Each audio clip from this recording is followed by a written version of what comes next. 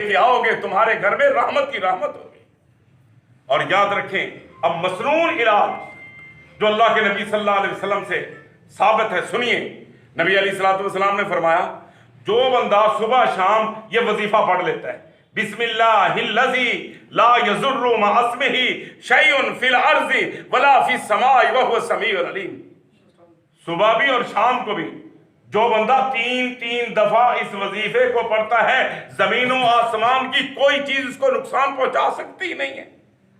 اور کرونا سے ڈرنے والوں، میں تو اللہ کے پیغمبر کی زبان نبوت میں یقین رکھتا ہوں، جو بندہ صبح شام 3 دفعہ تلاوت کرتا ہے، اللہ کی قسم ہے کوئی بیماری اس پہ اثر نہیں کر سکتی، کوئی مصیبت اس پہ آ نہیں سکتی، کیونکہ میرے پیغمبر نے فرما دیا ہے کوئی مصیبت کوئی بیماری اس پہ آ نہیں سکتی ہے۔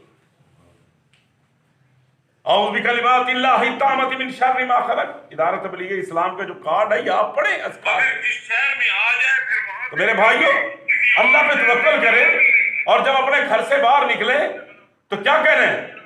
ایک تو الٹا پاؤں باہر نکالیں اور کہہ دیں بسم اللہ توکلت علی اللہ لا حول ولا قوت الا باللہ۔ اللہ پہ توکل کرتے ہوئے باہر نکلیں، انشاءاللہ بازاروں میں جائیں، مساجد میں جائیں، آپ پہ کوئی چیز حملہ نہیں کر سکتی۔ یہ اللہ کے پیغمبر صلی اللہ علیہ وسلم کا بتلایا ہوا وظیفہ ہے۔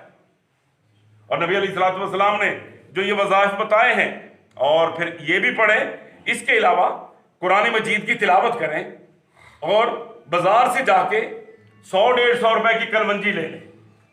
کلونجی یہ بیج ہوتے ہیں، چھوٹے چھوٹے، جس طرح پیاز کے بیج ہوتے ہیں ایسے بیج ہوتے ہیں، یہ بیج لے لیں اور صبح شام استعمال کریں۔